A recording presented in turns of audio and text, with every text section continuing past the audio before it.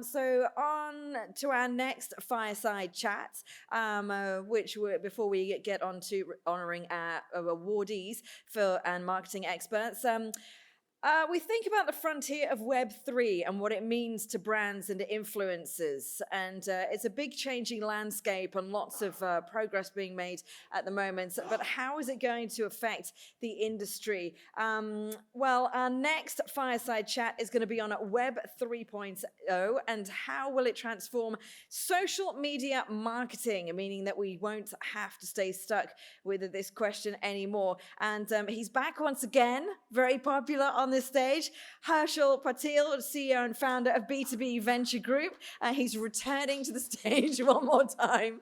You're like Venkat, I think he's just living up here over the next 3 days. It's fantastic. And also joining him, we have the wonderful Raad Eraiqat as social media and digital director at Acorn Strategy. Hi, you're over there, hiding down there. How are you? Welcome this morning. Looking forward to this one. It is a big changing landscape. So I'm looking forward to hearing your discussion on that. Are you guys tired of my face? So I think we have Rad with us, and I think Rad is is having more than half a decade of experience, primarily into a GCC market. And how many of you have been to Expo 2020? Can you please raise your hand? Okay, so I think Expo 2020 was one of the popular event, and I think he won the award for Australian Pavilion as a gold award that he has won. So maybe we can give a round of applause for him. So I think in this creators, economy, I think Web 3.0 is expected to be quite groundbreaking out there, and I think it is, of course, fully capturing the human experience around, and I think for it is the future, and we can only imagine the capabilities of the B2B businesses and implications of how Web 3.0 will transform the entire technology and the marketing. I think this fireside chat that we are going to have between us would be more techno commercial. I am going to bring a little bit of technology into it, and he is going to bring the marketing angle to it. And I think when I say Web 3.0, as it is a little technical term, it's all about four different functions that it has. The first one is Web 3.0 is a decentralized one. The second is it is blockchain based.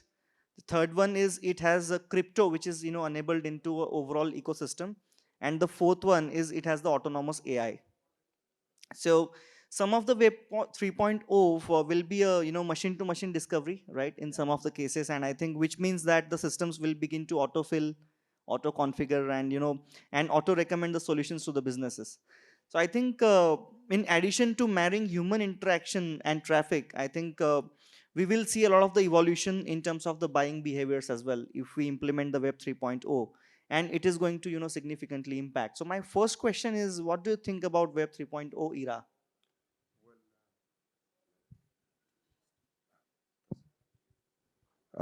Good morning, everyone, and thank you for having me today.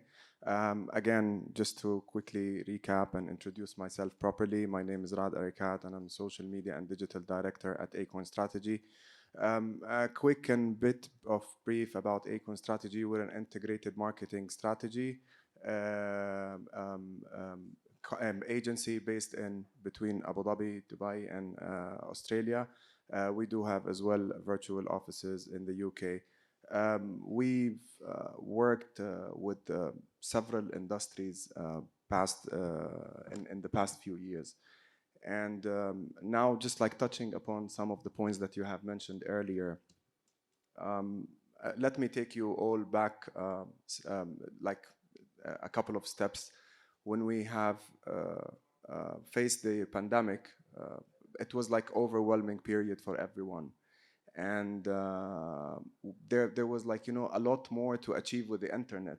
So we have been introduced to a lot of business models and ways of working that changed our life entirely.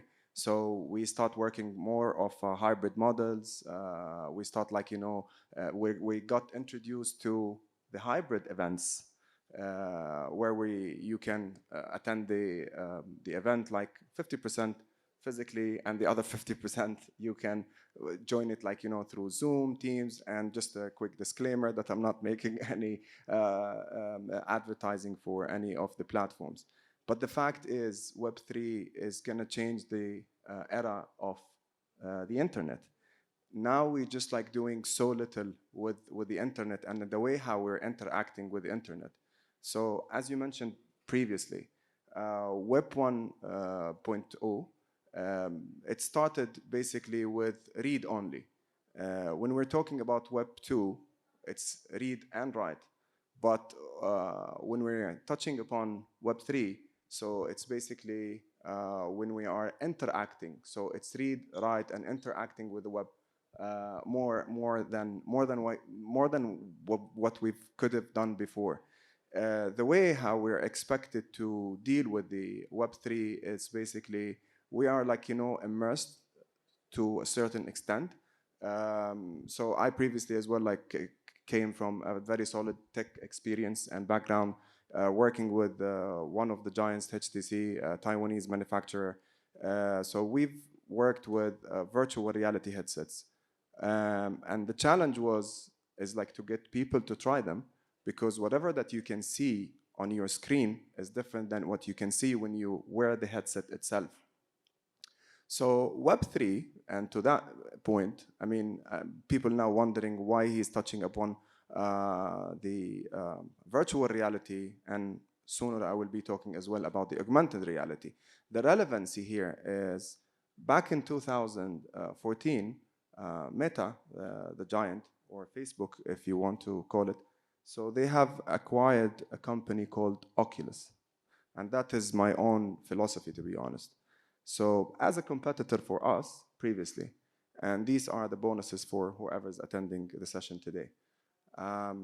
Sorry, can you repeat the name? Oculus. Oculus. So they've been always keen to have their own product when it comes to virtual reality. Now, what happened is back then they have successfully acquired the company. And for me, it's the most amazing and magnificent marketing gimmick that they have done. Because one of the challenges that we have faced is to market our product, because we're only like back then, and I'm talking about my previous and former role, our challenge was to sell the hardware. So now again, people still expecting to hear more from me why I'm talking still about virtual reality, and because it's all connected to Web3, because that's the future and that's how we are expected to interact with Web3. Now, Web3 is built on blockchain, cryptocurrency, and all of the jargony word that is currently floating in the air. And it might be overwhelming when you start hearing all of these things. And if you go and try to look something up on Google, or you try to search, now it's the time for you to test, trial and error, and find your right niche and find the most relatable content, or the platform that it can or it might actually resonate with your target audience or the niches that you are trying to basically build that relationship with them.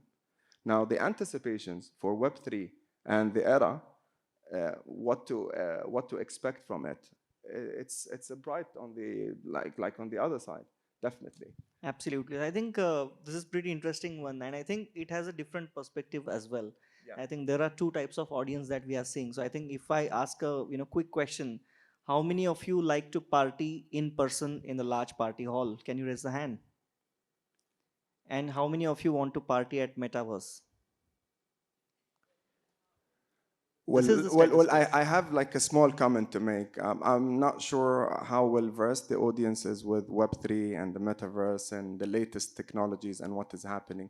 But a few weeks or maybe months ago, there was like a major drop in the news, and they've been like wondering, and the most used marketing terminology that we use is like running like a headless chicken, because they did not know how to figure out why this drop happened.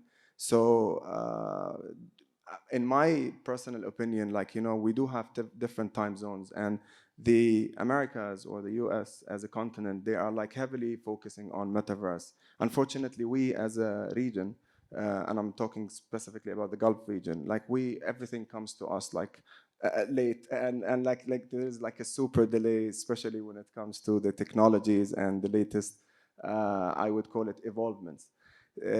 So this is like a great and real example of what happened recently, and this is like the biggest proof for everyone. Like, don't be scared. Just like go out there. It's again, it's testing, testing, testing. It's like that a trial period for you to find where to start, especially when it comes to Web3. And another major thing that I would like to touch upon is like Web3 is like a complete different ecosystem. So, for example, if we're talking again, and another disclaimer that I'm not like, trying to advertise for anyone, but if we're talking about Meta and Instagram or TikTok in specific, you don't own your data. Or so to say, you don't own your videos, you don't own your photos. If you post, for example, something that is against their policy, this can be taken out.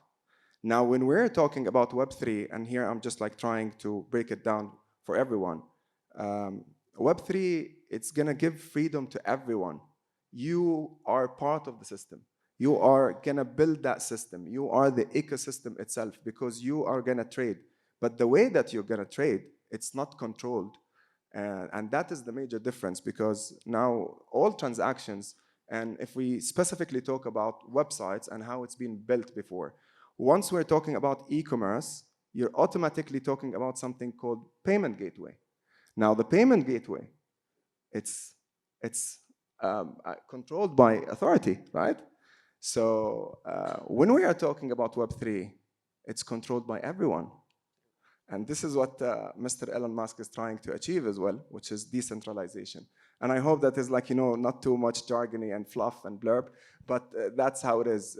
It's in early stages, and it's a major and great opportunity for early adopters. Absolutely. And I think, in this metaverse world, I think it will be a massive factor. Yeah. Let's say if you can't travel to US and if you want to meet someone in person and if you want to get the human experience out of it, then of course, Meta will going to play a big role in order to replace that particular experience. Having said that, there would be other side of it. Let's say if you afford it, then you can go and you always prefer to meet in person. There is one more quote by, Emma Goldman. She said that, Mr. Zuckerberg, if I can't dance, I don't want to be in your metaverse.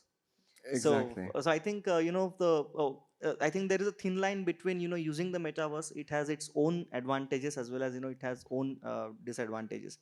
And I think from my perspective, I think Web 3.0 is going to change the lives from a technology perspective as well because we will get a very personalized browsing based on what we want to see. Only those kind of things will be able to see. Then there would be a quite in-depth search mechanism that will be adopted there. We'll get a better app experience out there. I think Yeah, absolutely. Expose app was, I think, one of the phenomenal example of the Web 3.0. And I think we will get a really better app experience on top of it. We'll have more access when it is decentralized. We'll have more access actually. So that is also one of the point. And there is a semantic technology which is implemented on top of it. So which is another added advantage that we'll get. I think I have seen a few use cases of Web 3.0 where we can get more personalized marketing techniques if we use Web 3.0 in a really right direction. If the content is right, I think that is also one of the factors over here. And I think compared to Web 1.0 or 2.0, I think they are more focused on making it more private and secured as well. Yeah, As that's you said, I absolutely the think, yeah. case. Yeah, I mean, the whole ecosystem works based on your digital wallet. If you're familiar with, for example, MetaMask. So this is going to be your digital wallet. Per se, you're going to the supermarket in the US, you're going to pay by dollars, right? If we're talking about Europe, you're going to pay by euros, and so on and so forth.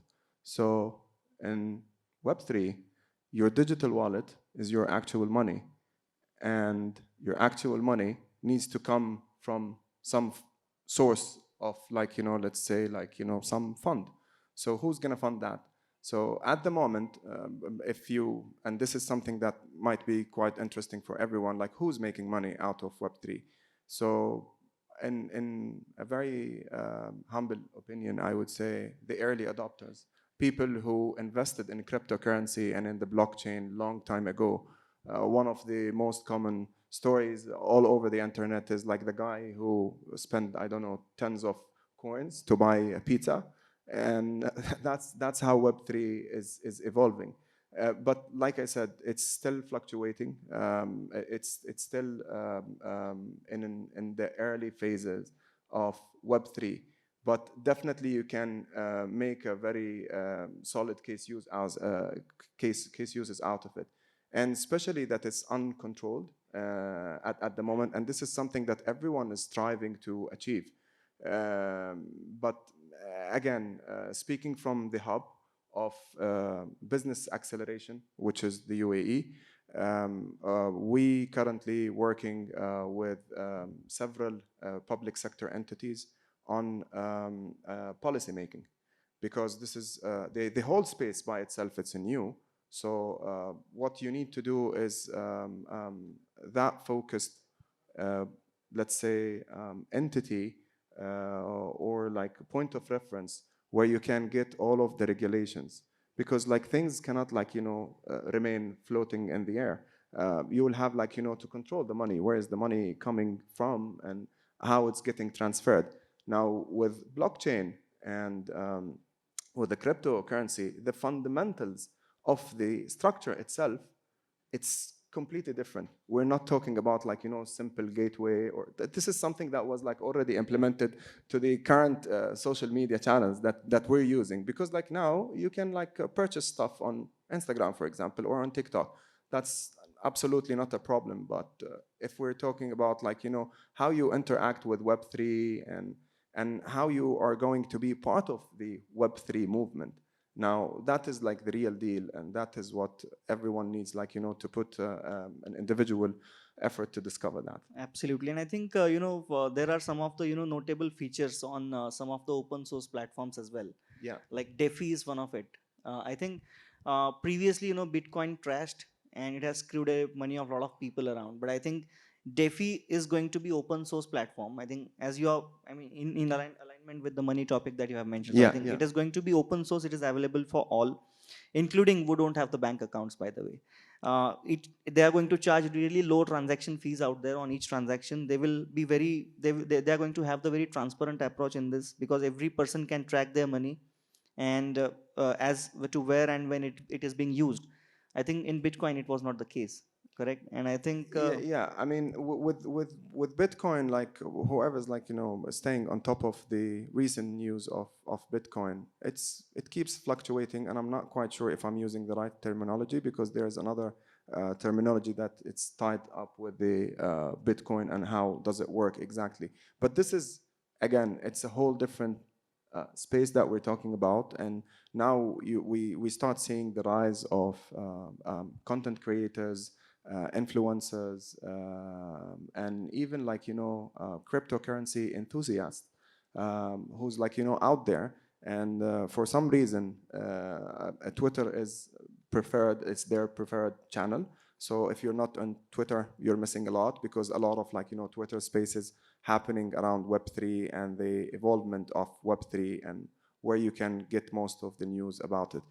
Adding to that, it's not only like when we're talking about like now we've covered the content creators and influencers and end users, but we've missed the opportunity of talking about the community. Now, one of the recent applications for Web3, and I'm not quite sure who's like well acquainted with this one, but it's something called Discord. So Discord is where you can gather the community together. It's more or less something similar to Reddit, if you're familiar with Reddit. So Discord is like where you build that community. And actually, like funny enough, if you don't know somebody from the community itself, you won't be able to get inside it. So to stay on top of the recent developments of Web3, you'll have to be part of the community, and you'll have to give back to the community. absolutely, that's totally correct. And I think some of the industries that have been using Web 3.0, of course, in comparison with B2B, I think the B2C have been, dominantly using it, right from, fashion, entertainment segment, or even for that matter, NGOs. A lot of the ads that we are seeing on Instagram to pay the donations. They are backed by Web 3.0. And I think you are working with a lot of the NGO companies as well, and I Yeah. think charity donations is one of the part of it, or they are also trying to build a lot of the freelancer network through Web 3.0, and they also have a lot of ventures and grants out there. So according to your perspective, how Web 3.0 is transforming the NGO? Especially when we're talking about non-profit organizations, and this is something that I'm well versed with because we do handle a couple of projects at the moment, and it's quite amazing how like about the capabilities that can be utilized from for example, NFTs, web because it's one of the applications of obviously of Web3, and for example how they can build their first metaverse. um, uh, you don't have to travel anywhere. You don't have like it's a matter of a term that they're using. It's like you teleport yourself within the metaverse itself, and that's how you can attract more donors. Now it depends as well on the scale of the NGO that we're talking about, the foundation or the organization.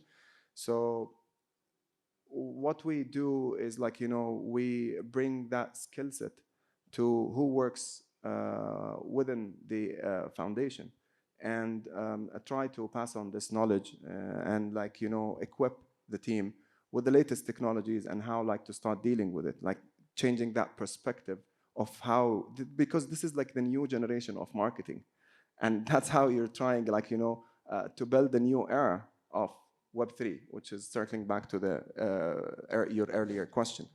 And it's a matter of like just like learning a tool. It's part of it, but understanding the mechanism behind the whole ecosystem, I mean, that's the heck of it. And I think that's an interesting point. So my question is, I think in the community you will see a lot of the content creators or the brand people out here. I mean, the one who do the blogs and all. So there is one side is a lot of the images, a lot of the videos that are going on the social media, Yeah. and then tweets, and of course for that matter the reels and all that kind of thing. And then there is this another whole giant standing out there, which is not evolved yet, but is on the way of running, which is the metaverse. So do you think that this elephant have a dominance in order to beat this other portion out there? What are your thoughts on this? Is it going to transform the social media? uh, Definitely it will change the way how we're using the social media, because like I said, we're now using like a very small portion of the social media, and we're doing so much little with social media. But the way that how they've envisioned and foreseen how are we going to interact when they start like building the Web3 or metaverse ecosystem, it's completely different. So you are, instead of you being behind the screen, you are going to be immersed within the environment of metaverse or one of the applications of Web3, which is obviously now we do have quite a lot of them. So now I can be, for example, I'm bald, and within like a metaverse, and that's a true story by the way for everyone. I do have a mohawk, so I do have hair. I can change my avatar. I can look differently, and I can act differently within the metaverse. So definitely, it will affect the way how we are dealing with social media, and you will see as well like the rise of new social media platforms. So the existing social media platforms as well, they are like in sort of a coma, I would call it now, because they don't really understand the space of and how to deal next. So recently, for example, Instagram, they have implemented the digital collectibles, which is NFT, and you don't need like any credit card. Basically, You made money out of it? of course, everything like now this is in a matter of fact, this is what entice the majority of people to listen and get more acquainted with this space, because everyone is like chasing monetization. Everyone wants to understand how to make money out of it. A few weeks ago, we've attended like the 1 billion followers summit. It was held here in the UAE, and a lot of content creators came from as well all over the world. And there has been like on the side of the event and the summit, a lot of talks about the NFTs and Web3 and metaverse. But content creators mainly, or the majority that I have met and came across, they were like mainly focused on how to monetize. I am a content creator, how can I make money? Because the exclusivity that is being given to influencer, and that was like, a major gap for the leading social media platforms, I'm not going to name them. They have given the exclusivity for certain influencers, and that's actually took them down on the rise of new social media channels. And the biggest example is the Chinese giant, which is TikTok. So now it's overtaking the market, and you can make money. Absolutely. And the one, sorry, like adding one last point, Web3 is expected um, to basically, you do have an ROI because you will be spending time, but instead of spending time for free, you will be earning money. And that is the major difference point between Web3 and Web2 and Web1. Absolutely. I have a little, controversial question. I think it's not a controversial one. I just wanted to, bring in some of the thoughts. This is mainly in alignment with the B2B as a section. Okay. So I think, yes, in B2C, when it comes to TikTok, Snapchat, Instagram, everyone is using it. And being marketer, I think everyone is active on all the platforms. But when we will go in the real world, and if we do a real time analysis, I think 60%, more than 60%, I'm sorry if the number is wrong, but I think more than 60% population active on Snapchat, Instagram is the youth. And if we calculate the demography of the CEOs and founders in the B2B section, majority of them are over 45-year-old.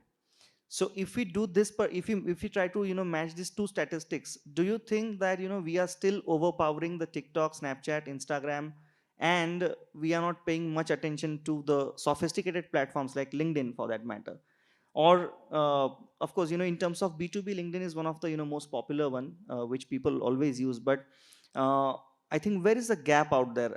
Do you think that, I'm sure I haven't seen a single TikTok that has been produced by one of the largest manufacturing company owner as of now. Yeah.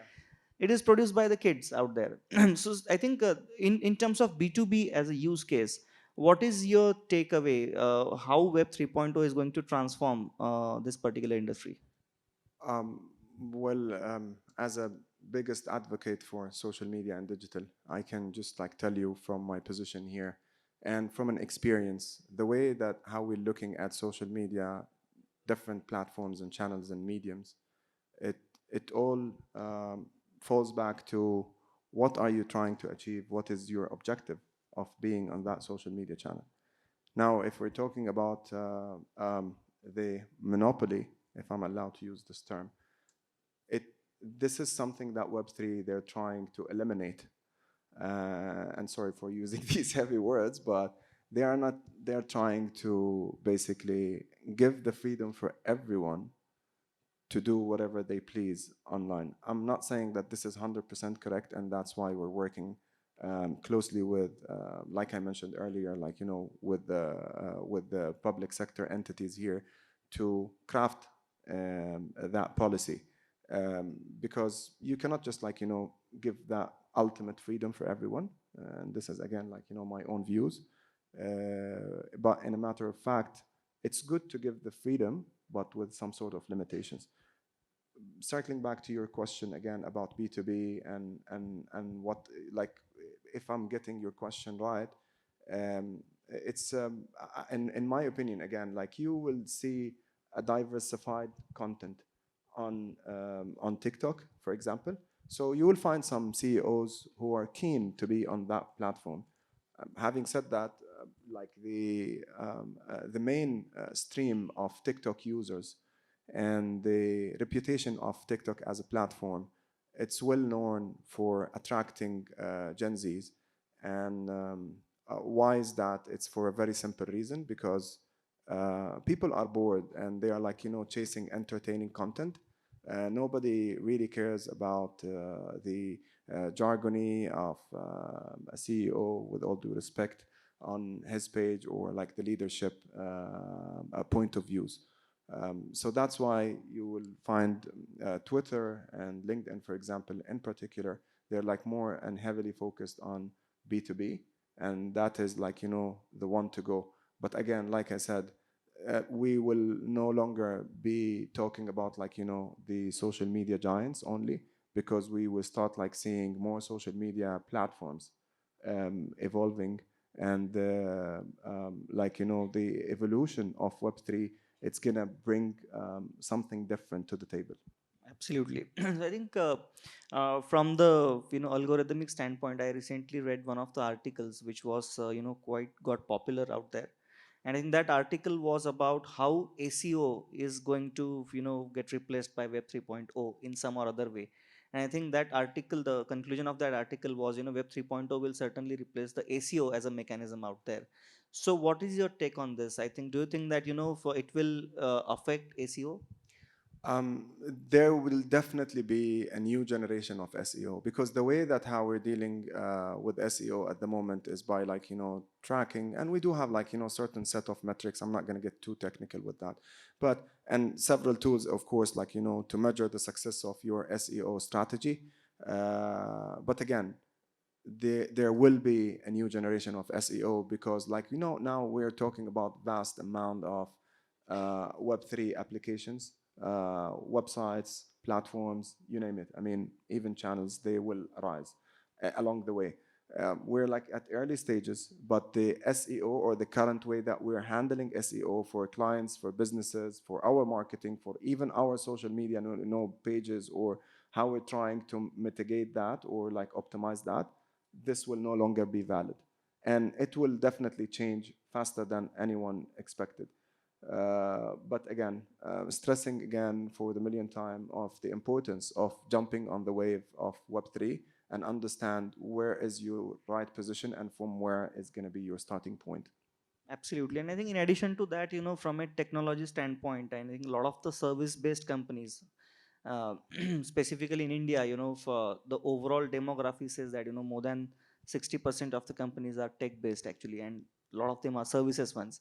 I think one of the, things that they have been doing now is they are productizing their services on top of Web 3.0 and trying to sell the products on top of it. So I think, yes, it is certainly making a difference to the industry altogether.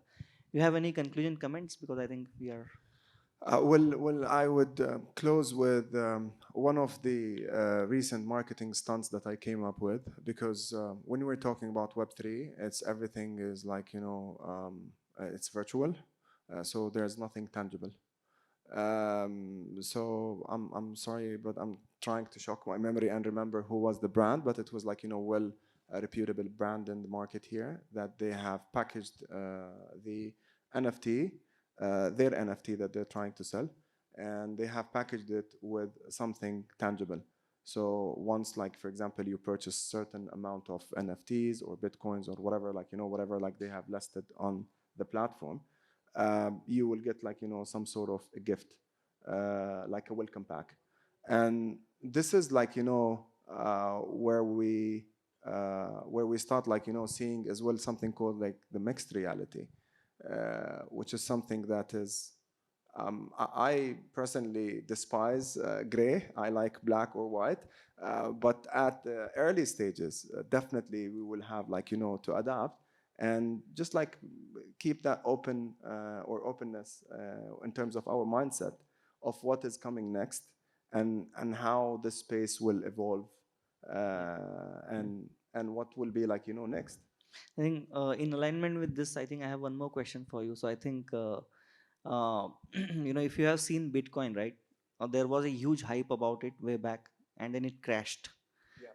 Do you think that the same thing is going to happen for tokens as well? I mean, what is your perspective? Because way back, I think Bitcoin was the talk of the town, and suddenly it boomed, you know, because of the shady manipulation manipulators out there. But do you think that NFT is going to take a same way or in that particular angle? Do you think it is going to affect as well? So now, just like to recap quickly, so we're talking about Bitcoin in particular, right?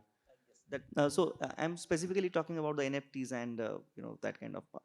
Yeah, to a certain extent, yeah. I mean, like you, it's like I'm not into soccer, but I can tell you, it's like you do have the major players, the let's say, like, I don't know, they're calling them like the Golden League, and then you do have the consumers. Now, It's like any other product in the market. It's like, you know, I'm just trying to sell this bottle of water. I need to market it. If I cannot put any marketing support behind it, I won't be able to market it. So if you don't have that allocated fund to market this product, it will never move. And this is mainly the case with the majority of NFTs and cryptocurrencies. So, like, they are, you know, claiming that they're trying to achieve decentralization. But there are, like, you know, this is all what I can say, and this is my own view on things. But there are, like, you know, the major players playing behind the scene at the background. So definitely there is some sort of monopoly over there. And I think surprisingly, you know, we everywhere we are seeing the content creators, you know, they create the, you know, content blogs. Uh, Anyone around here who is also in creating the tokens and the NFTs and superb. I think that interest will also, you know, that is going to be a next, you know, talk of the town as well. I think maybe in the next conference we'll have, you know, more number of people who are just creating the NFTs as well. I think by the time that we're gonna reach the next conference, definitely we will have, like, you know, a lot more to cover and to discuss about the latest technologies back. I mean, then sorry, not back then, but like then, about the Web3 and its evolution and to where it reached. Absolutely. Thank you so much. Yeah. Thank you so much.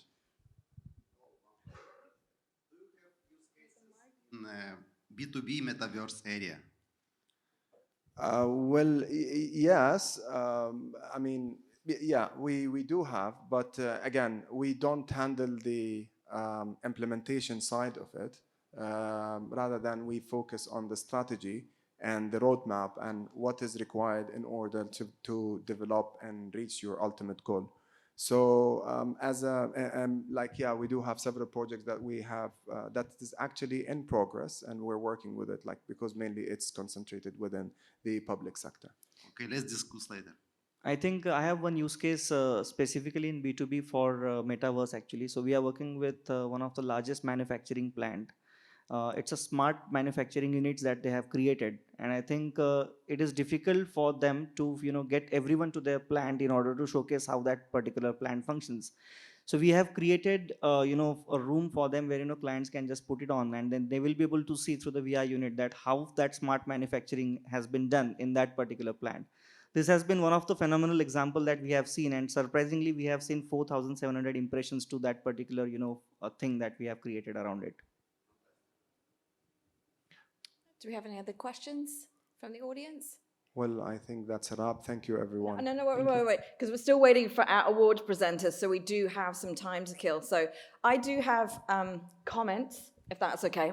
I think NFTs are still very much misunderstood. From a creator point, I mean, look, the way it goes, I'll give you a great real-world scenario. They can be used as proof of ownership for so many things. The guy that originally bought the domain Netflix.com uploaded his original receipt as an NFT. So therefore, it's on the blockchain as absolute proof of ownership. And as we know, blockchain is effectively a digital ledger. That's all it is. It's a digital ledger. NFTs from a creator point of view are amazing when it comes to copyright for musicians, photographers, filmmakers, creators. I'm an NFT. I am, a fantastic photographer here called Waleed Shah did photography sessions with a whole bunch of us as models, uploaded them as NFTs. And from a business perspective, he's like, okay, if you want to book a session with me, a photography session, you need to own one of my NFTs. Nice. So therefore, every time someone wants a photography session, they need to own one of his NFTs. So guess what? Every time someone buys me as an NFT, I get a percentage of proceeds, he gets a percentage of proceeds, and so on and so forth. So it's fantastic and brilliant from that point of view. It's amazing. Exactly. It is amazing. And this is what you get from spending time online. Like, this is what I meant, and maybe I missed, like, you know, elaborating more on it. Like, people will no longer, or online users will no longer be spending their time for free. You will be earning money, of course. Yeah. And that is like the main hook that will entice more people to jump on the NFT waves. But again, NFT is only one application of the Web3 a technology, and definitely a lot more are yet to come. It's amazing. And I think Twitter as a platform is completely underutilized. If you want to know where conversations are happening, you go to Twitter. If you want to know what's happening news-wise, you go to Twitter. Elon's causing problems at the moment. He's going through a spate of banning journalists for daring to ask questions. He's kind of using it as his own little plaything at the moment. So don't know how this is going to play out with Twitter. LinkedIn for me has just become Facebook and Tinder. Oh my God. Oh yeah, Yeah, it's that's bad. terrible, yeah. It's bad. It's so bad. My DMs on LinkedIn are like a dumpster fire. And I think we missed like mentioning that Twitter is like the one platform for controversial topics and trolls, of course. Yeah. And that's where the majority of people, they like to argue and starting like, this hot topic conversations basically. So how do you feel? So I'm going to ask you this question. So I don't know if you saw the update yesterday. You know, he wants to charge $8 a month for the blue tick, basically. Yeah. So his latest thing is that people who verify themselves paying this doesn't apply to legacy verified accounts, but he's saying those that pay the $8 a month to verify themselves on Twitter will be able to upvote, downvote other people's tweets and accounts. Therefore, it's like saying if you actually want a voice and credibility and power, you have to pay for it. Doesn't this kind of go against what it was standing for originally? Absolutely, I agree with you, because as well, the way how they're splitting it and now packaging it. By the way, there is another price for web users and there is a price for iOS users. I don't know why they're biased towards iOS. Maybe Mr. Elon Musk, he has some I think he's shares having a lot of debate with the Apple as well. I think he said that he's going to remove the Twitter from the iOS as well. So $8 for iOS, $11 if you are trying to verify your account through a web page. Wow. And the thing is, their policy, it's not like it's not like set in stone. So their policy is like, I would say, Amsterdam weather. It can change at any moment. So depending what mood Elon's in today. Depending on his mood on that day, because he can take away from you that blue tick whenever they want. It's not good. And do you have a question? Please carry on. Oh yeah, all right.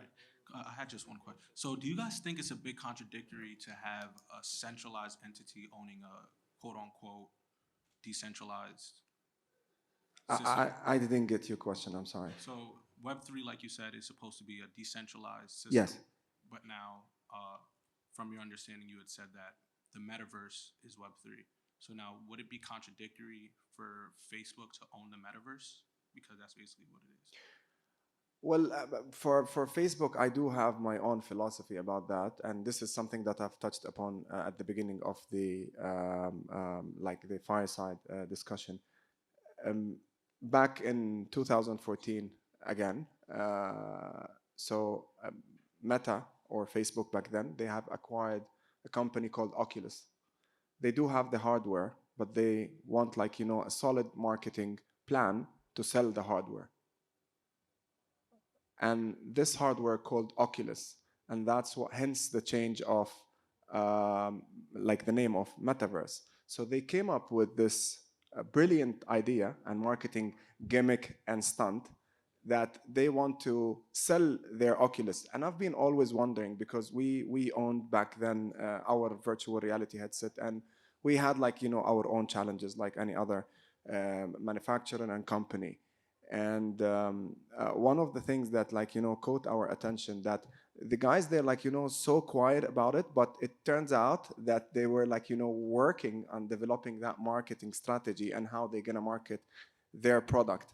Now, to market your product, you have to create that hype in the market and make everyone start talking about it. Exactly.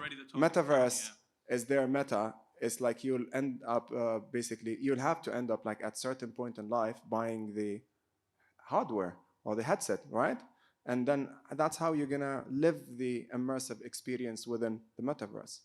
Now the thing is, again, it's controversy in a way or another, but Now you can still log into the metaverse through web, because again, circling back to your point, that centralization and decentralization.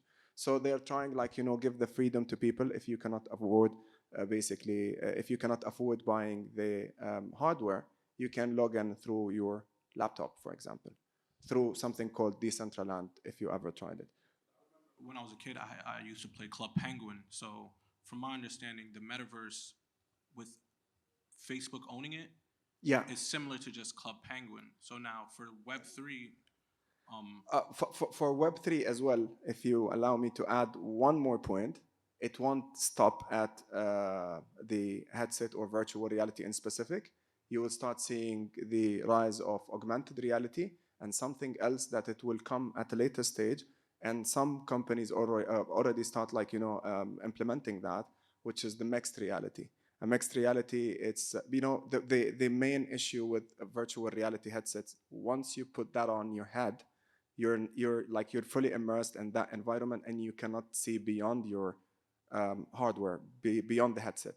But with mixed reality, you'll still be immersed, but, like, the facade of the main headset, it will be transparent. Thank you, gentlemen, and we're going to have to, sorry, I really want to get you guys to lunch on time, so I really want to give out the awards. Thank you, guys. Thank you so much, you. guys. Thank you for so that. much. And if you want to know what it's like to be in the metaverse, there's a lady here called Briar Prestige who just recently released a short documentary film. She spent 48 hours nonstop in the metaverse. She felt very sick at the end of it. So if you'd like to get your photos done, that would be great. But it was an interesting experiment to go through all the world for her.